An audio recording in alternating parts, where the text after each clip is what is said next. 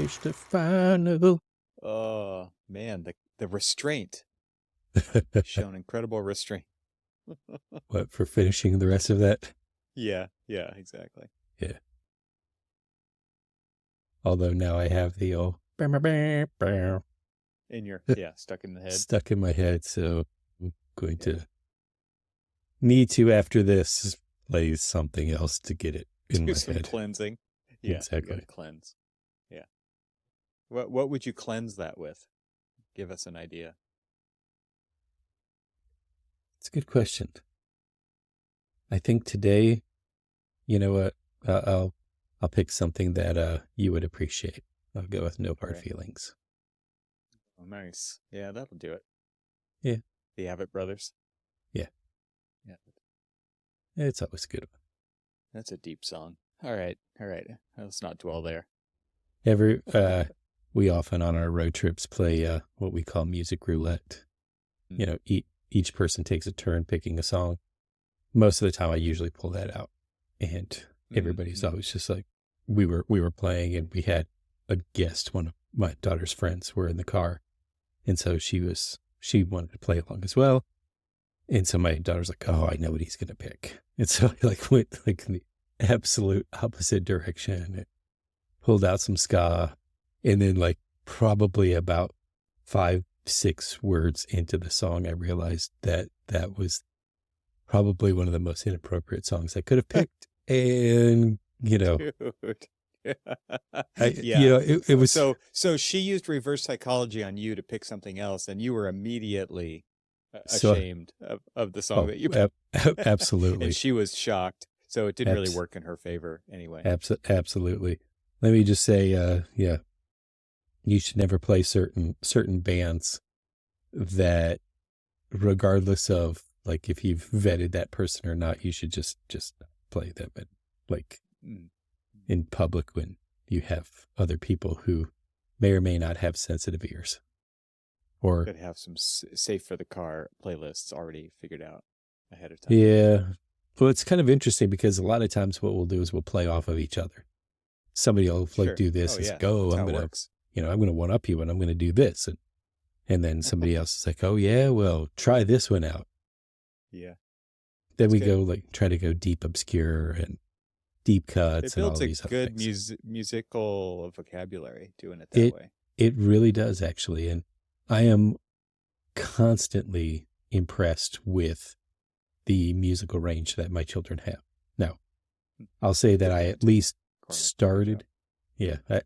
I will say that it all started off of my playlists, and then they just grew from there. And I've learned a lot from them. I'm like, oh, this is kind of cool. Who's this? Your daughter's a System Kid fan too, right? She is. She's very much a System Kid fan. And in fact, I actually showed her. I was telling you that I belong to it's called a Music League through Spotify. And there's about 12 people in our office it's almost like a fantasy football for music. And they've, arranging topics of deep cuts, music for film, all these different things. And so we're now at the very last one for this. And so it's basically, what is it? What did I say it was? Kind of like obscure music that you may not know about, but you should. Right. And of course, my daughter immediately says, oh, you've got to play System Kid. You're right. I do. Everyone should know about System Kid. Yeah. All you listeners out there who don't know about System Kid, you got to look it up. Yes. Yeah. And tell us, if you don't know, tell us why System Kid is important to this podcast. There you go. Homework for everyone. We'll say no more at this point. Exactly. But yeah, and now I've been trying to pull out. I was like, okay, so now I know one. What are the other ones going to be? Mm-hmm. I do think that Any ideas? Yeah, I've got at least one. At least one is going to be Tally Hall.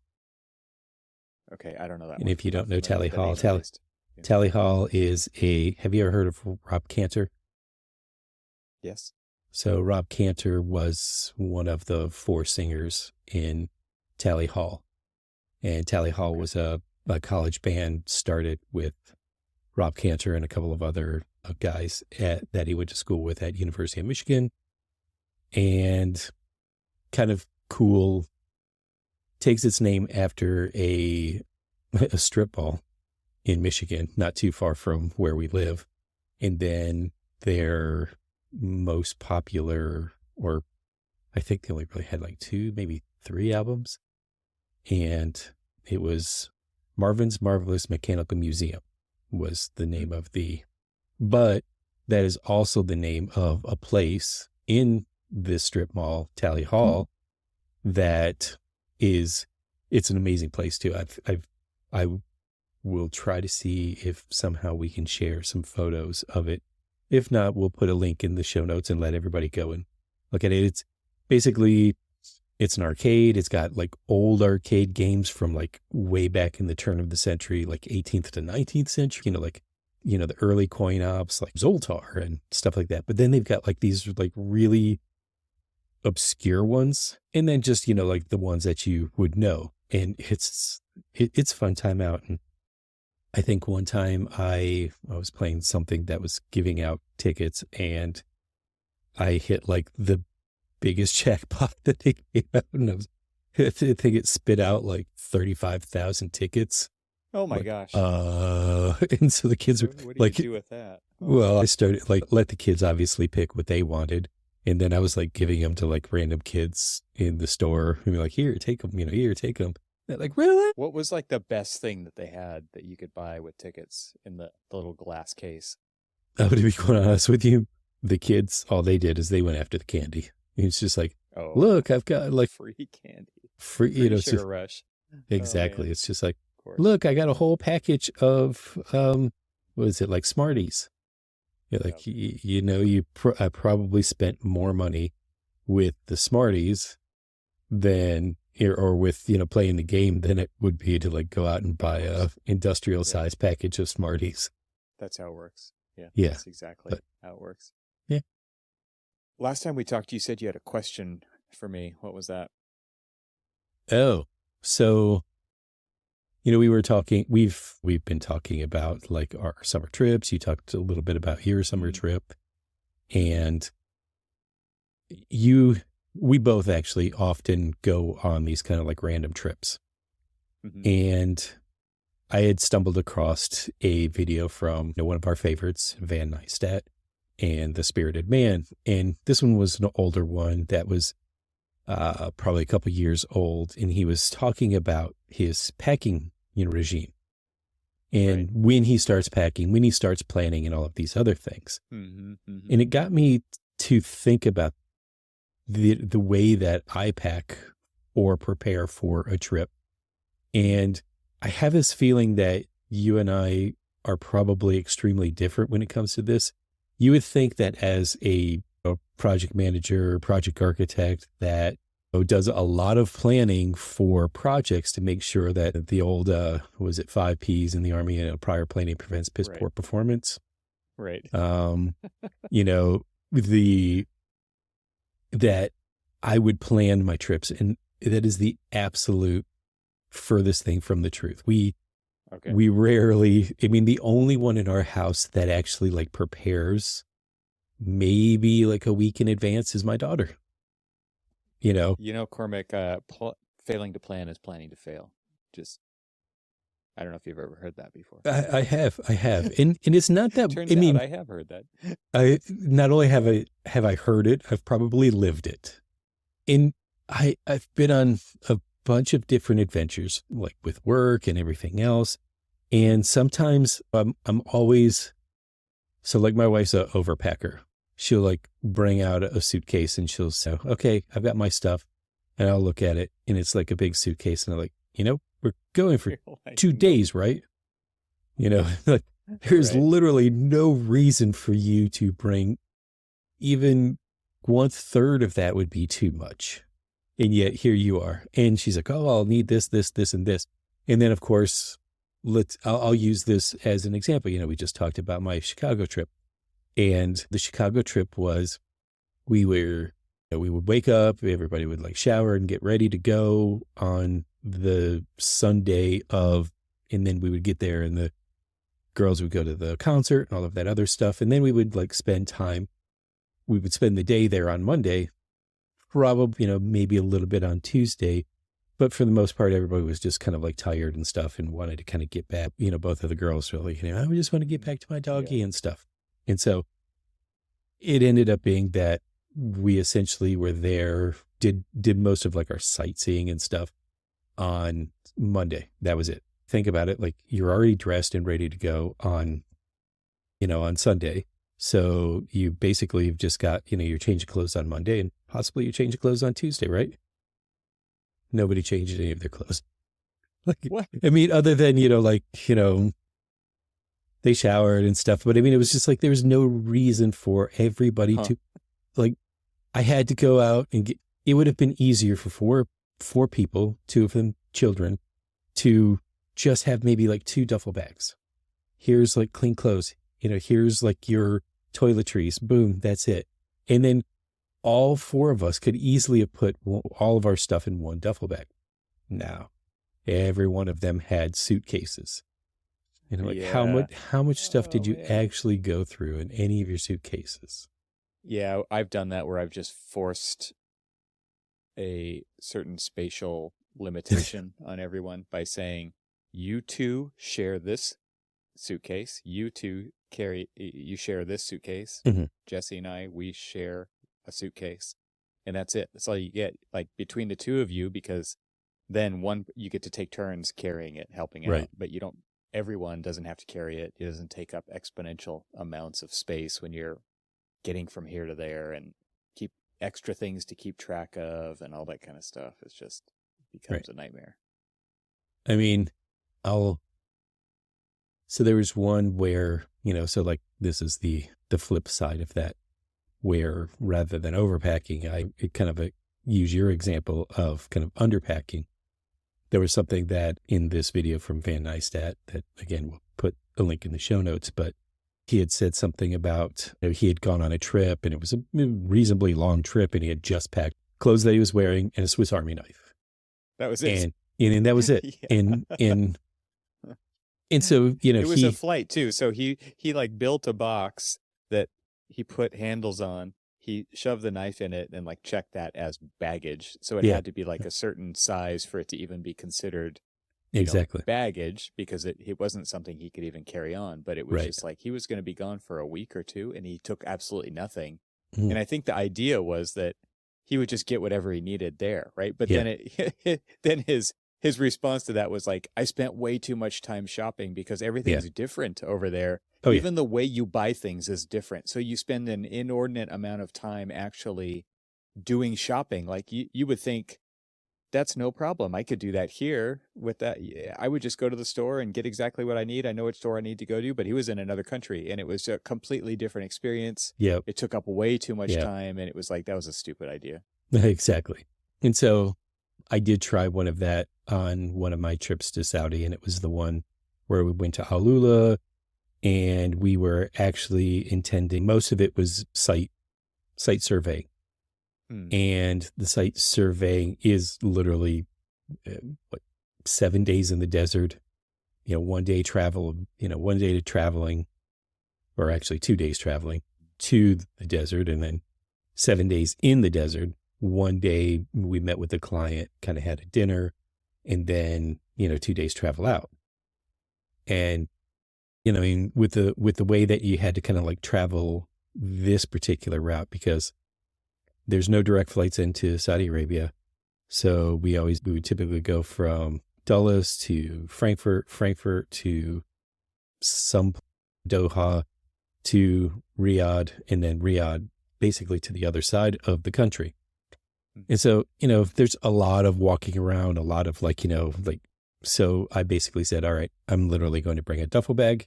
And then the only other bag that I'm going to bring is my camera bag, because I'm kind of going there to be the documentary kind of person. I'm going to, photograph and all of that other stuff. So I had 2 camera bodies, a bunch of lenses and all that other stuff. And it was just like this. And it's literally sitting like on the floor next to me. So I kind of keep glancing over at it. Just a kind of like a little harness backpack type like lower backpack type camera bag. And that was it. That's all I did. And so what I ended up doing was I packed enough undergarments for the trip. But other than that, it was 2 pair of pants, 3 shirts, t-shirts, and socks. And I ended up washing everything every night.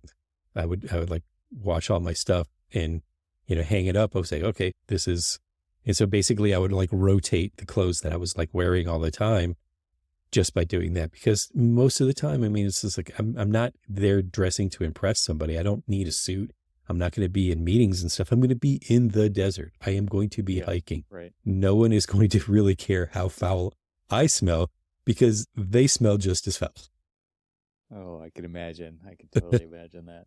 So, although that was also the trip that we had the luxury of being able to have our own Toyota Land Cruisers and be able to drive in and out of the desert, pretty much any and every time we wanted to. So, or sit in the air conditioning and stuff. So there was no real foulness. I'm only an overpacker when it comes to equipment. I feel like yes, you are. Whenever I go on a trip, I take you've been there with me in New York and various AIA conference locations where I have like a full on camera bag with me with multiple lenses. And I've actually stopped doing that because I just got tired of that. If I do take a camera, like a real legitimate camera, I will just take 1 or 2 lenses now, but that's it. I'm not going to take all the possible stuff anymore. I think that I actually did bring my camera bag when I last saw you in San Francisco, but I don't think I ever used it. I don't think I carried it around. Yeah, I think I got to, like in Chicago, I didn't bring it. I just used my iPhone. I didn't bring it then to Chicago, and I didn't bring it to San Francisco. I just brought my phone because the phones have gotten so good. Oh, yeah. Now, I will say definitely the last few AIA conventions, you've seriously overpacked, but it wasn't by choice. It was. Yeah, I was going to I did. You did. It wasn't me. But it definitely wasn't by choice. It's because, we have a bunch of stuff to outfit a booth with. Right? Exactly. So you had a bunch of stuff, and your actual stuff for you was small and just a backpack. Just a backpack. Right. But yeah. So, okay. So what's the question? So with that, what's the question? All right. So we got that. Oh, neither one of us really are big fans of overpacking, regardless of how much our family loves to overpack, bring way too much stuff. I even look at camping trips and like, do we really need all of this stuff?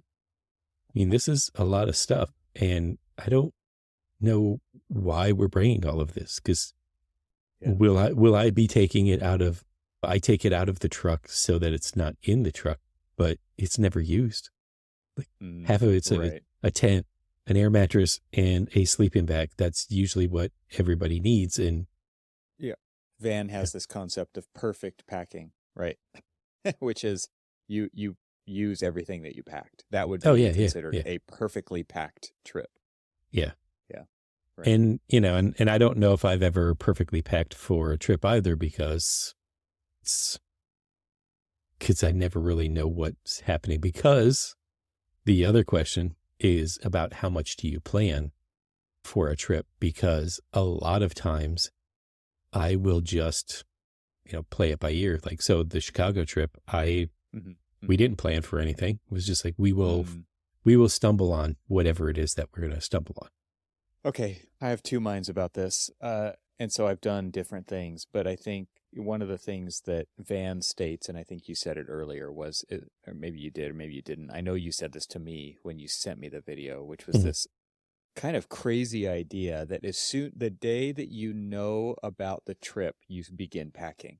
Yeah. So that could be years in advance potentially. And for him, it was about again, we'll link to this episode of his in the comment or for the show notes, but he was planning for this trip to Mexico. And in order to get to Mexico, I mean, the idea was to drive from Southern California all the way down Central America. And he was going to drive his Land Cruiser that needed an engine to be replaced before he even embarked on that trip. And so that's where he kind of used that as an example of how he begins his packing or his planning the day he knows about that he's going to be going on a trip. Even if he doesn't know the date when the trip is going to happen, he knows he's going there. He knows that that's the plan, and he begins to figure it out immediately. Yeah. I am not like that because I don't think my trips are that grand. But at the same time, I do start making a list in my reminders app for that specific trip of things that, so that as they come to my mind, which they come at random, uncontrollable times, when all of a sudden it doesn't matter what I'm doing. I could be meditating, I could be wee-whacking, I could be driving. It doesn't matter what I'm doing. Yeah. It's like, this thing is coming, this trip is coming, and you're going to need to take this thing. And I have to have a place to store that information. Because if I don't store that piece of information right then, I will lose it. It will be gone. And then I will be racking my brain at some point later. What was that thing that I absolutely had to bring on this trip? And that's happened as well if I don't have a place to write down. So I just started a new list. So like I have a list going already for the next trip that I'm going on, and it will just include usually gear and stuff that I don't want to forget to take. And it usually is location dependent, and that's why I make a list, because it's not the same as the list for the last trip. It's just not going to be the same. So, where I'll go a little bit different, of course, as I commonly am with you, is the family got in the car. Now, we had all brought, our driver's license, which is the enhanced driver's license, so that if by some chance we decide we wanted to like cross the border into Canada, that we have that opportunity. We'll get in the car a lot. It will say, all right, north, south, east, west. Where are we going? Oh, no, we'll just say north, south, east, west. Be like, let's go west. That's cool. And then we'll just start driving there in whatever it is that we find. So we started driving. It's like, all right, we can start driving. And we were planning on just disappearing for 2 days, just going in and exploring. So everybody brought at least a change of clothes, and we brought the dog along. So Freddie had his food and stuff. So, we probably did more packing for Freddie than we did for anybody else. Oh, and modern dog life is just absolutely insane. Exactly. And so we were prepped for whatever we could potentially do. Sure. And so, yes, we did end up going to Canada, because as we were driving, I asked him, I'm like, what do you Somebody said north. Well, no. Well, actually, it's east for us. You're in some weird place. Yeah, Canada's exactly. east. I can't believe there is, you are like, you're north of parts of Canada. That's just crazy. Well, like that Journey song where they're talking about living in South Detroit. South Detroit is Windsor, Ontario. Yeah, I'm just not so unfamiliar with that part of the country. It's there not is even a concept to me. It's interesting because where we live, like Canada is either east of us or south of us, or both. Sorry, it's both. It is south of us and east of us. And the closer that I get, there's a word for that. It's southeast. Exactly.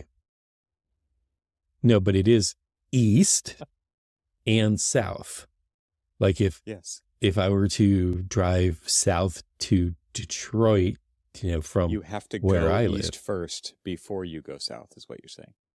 No, if I'm going to Canada, I have to drive south first, and then I can drive east. Okay. Or I can drive north and then east, and then south again. So like where I'm at, actually, there's a lake in between us. And it's not, right. It is technically part of the Great Lakes. It's Lake St. Clair. And we just need to drive in opposite directions. So around it. Yeah.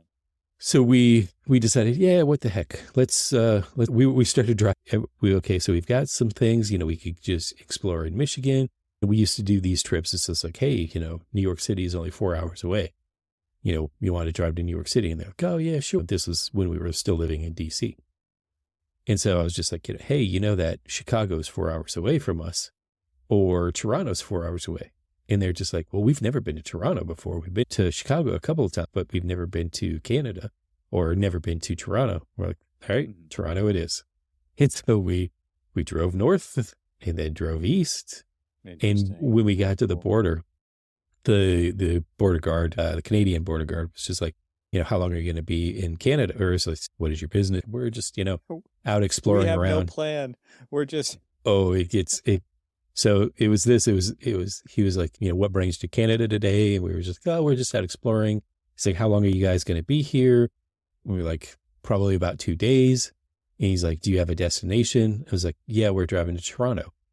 And then he was just like, well, do you have a hotel? I'm like, nope. He's like, how long has this trip been planned? And I like pulled up my arm, looking at my non-existent watch. I'm like, about 10 minutes ago. And he's like, really? People do that? Yeah, people, I think that is funny how these people do this concept. Yeah, these people do it. And yes, I'm pointing at myself. These people do it a lot. That was literally like, it's like the music roulette that I was telling you about. It's just like, pick a song, pick a place. Let's start driving towards it. Yeah, I mean, we've talked a little bit about this before too. It's like, what's the next word that's coming out of your mouth? You have no idea what it is. You don't know the next thing you're going to think about, and yet something shows up. It's the same with this. I don't think it's any different, and yet that is a very foreign concept to us, I think, in general. I've done something similar but different in that when we go somewhere, there's a lot of things that we want to do, but we don't plan it all out itinerary style. Right. And it's just like the day comes, where are we going to go today? And it's not like the cardinal directions, like what you're saying, although I like that a lot. I might steal that for our next trip. But you should. The idea is like where we definitely want to hit these things. So which one are we going to go do today? And that to me is kind of that game of chance that you end up playing. Yeah. And then there's the road that you use to get to that thing, right? Which is it a major thoroughfare or is it the back road version of that? And I know you've talked about that as well, where it's like you intentionally take the back road because you're going to see things that most people never see, never experience. It's a slower pace. You actually see more. Those kinds of things I think are really important when you're out traveling as well.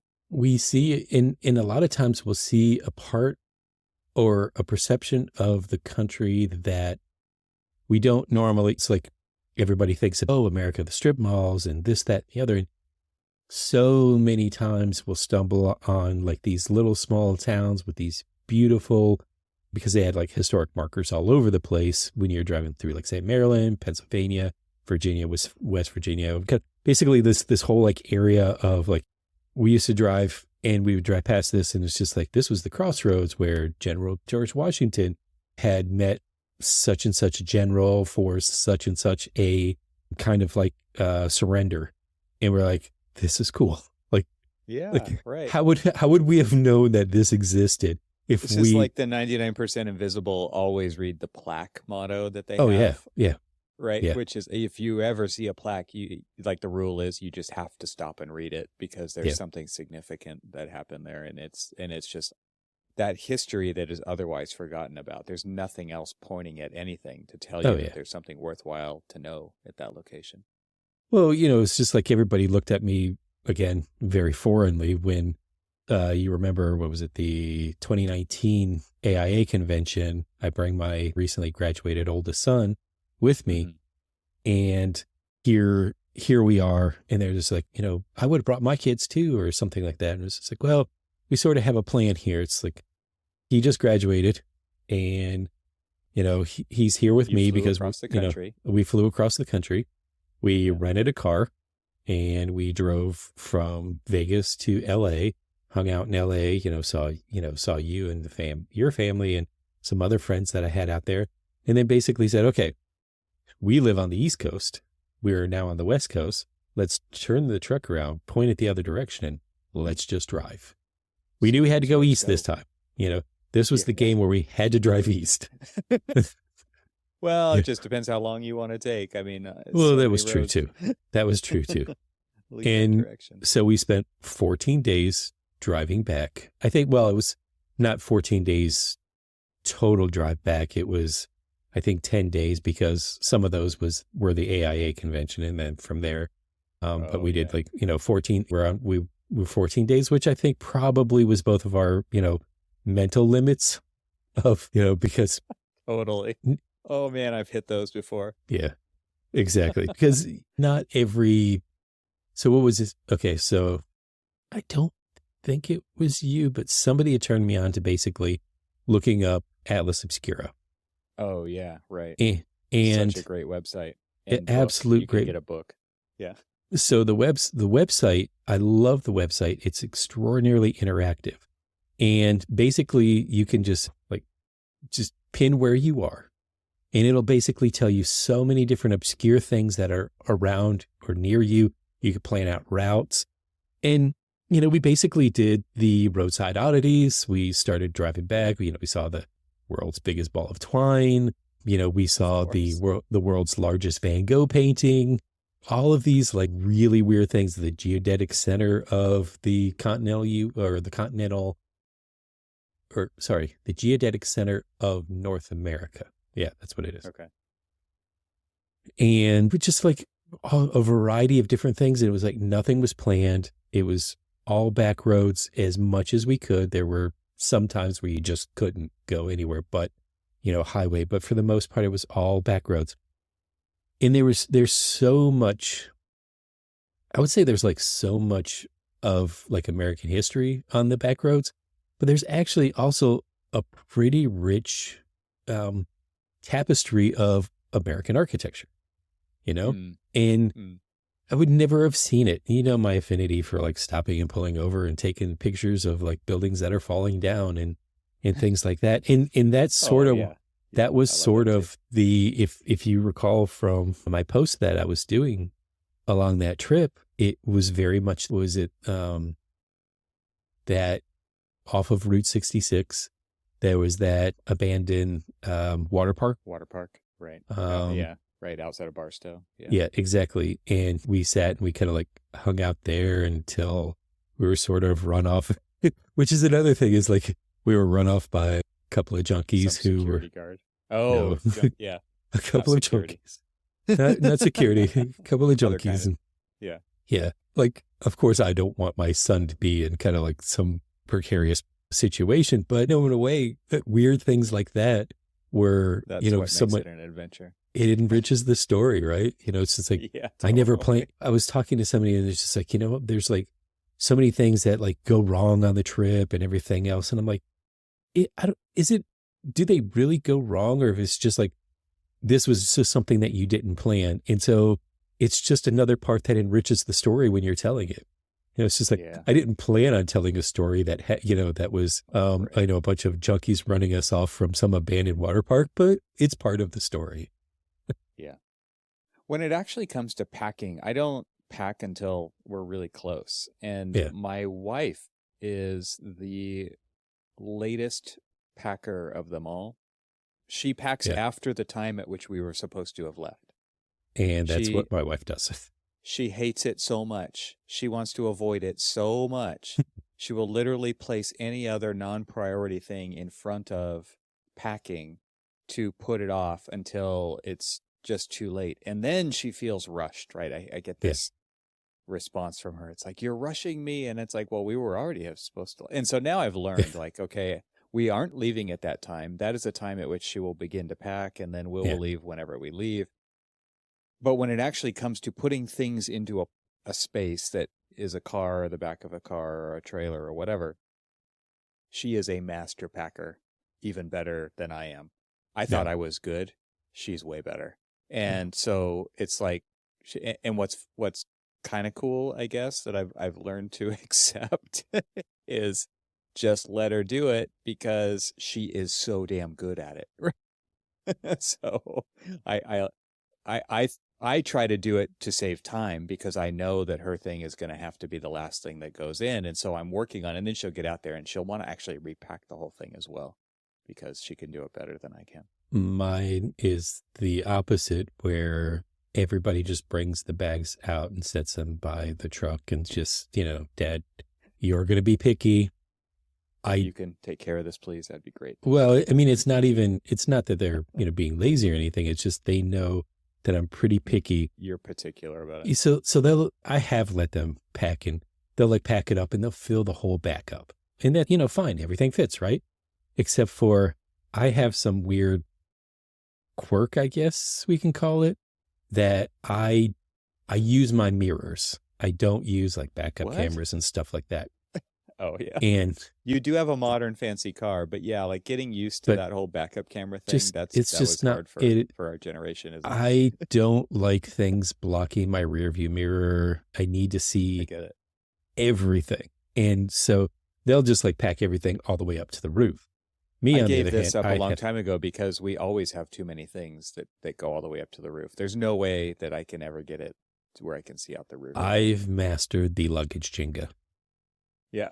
Luggage Tetris. That's a better way of explaining it. Well, it is kind of Jenga, right? Because when you need to get something out, unless you are so good at actually packing things in the right order so that the thing that you need next is on the top. Because, I mean, how often does that? I don't think people are. Yeah. Are people that good?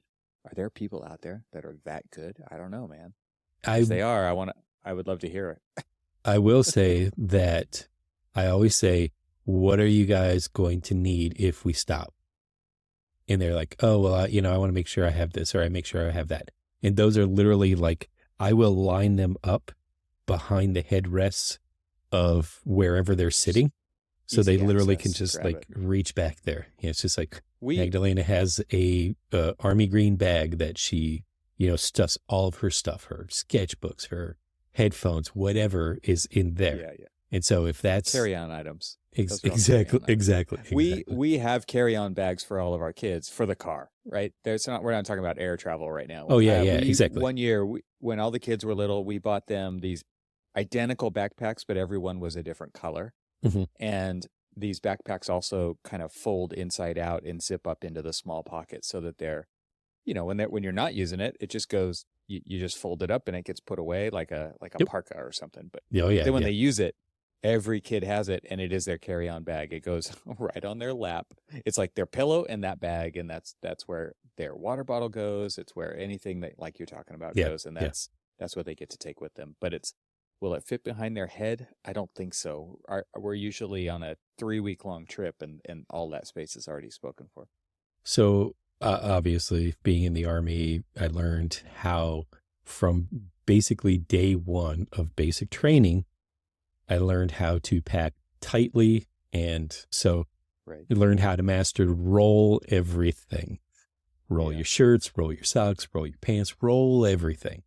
And you literally can reduce, like say if you volume. have like it's about volume, right? Exactly. And I feel like that over the years has been the most successful thing that I've been able to pass along to them.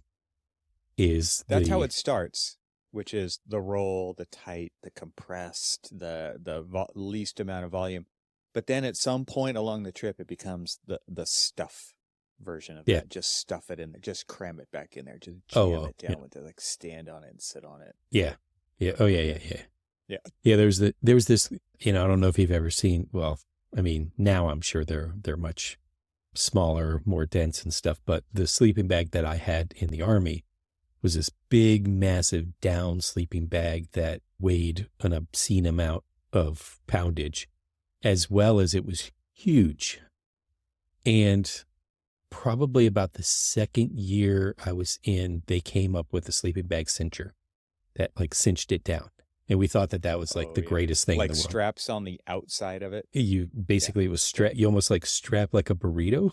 And then you just start pulling on the straps and it slowly but surely compresses it down.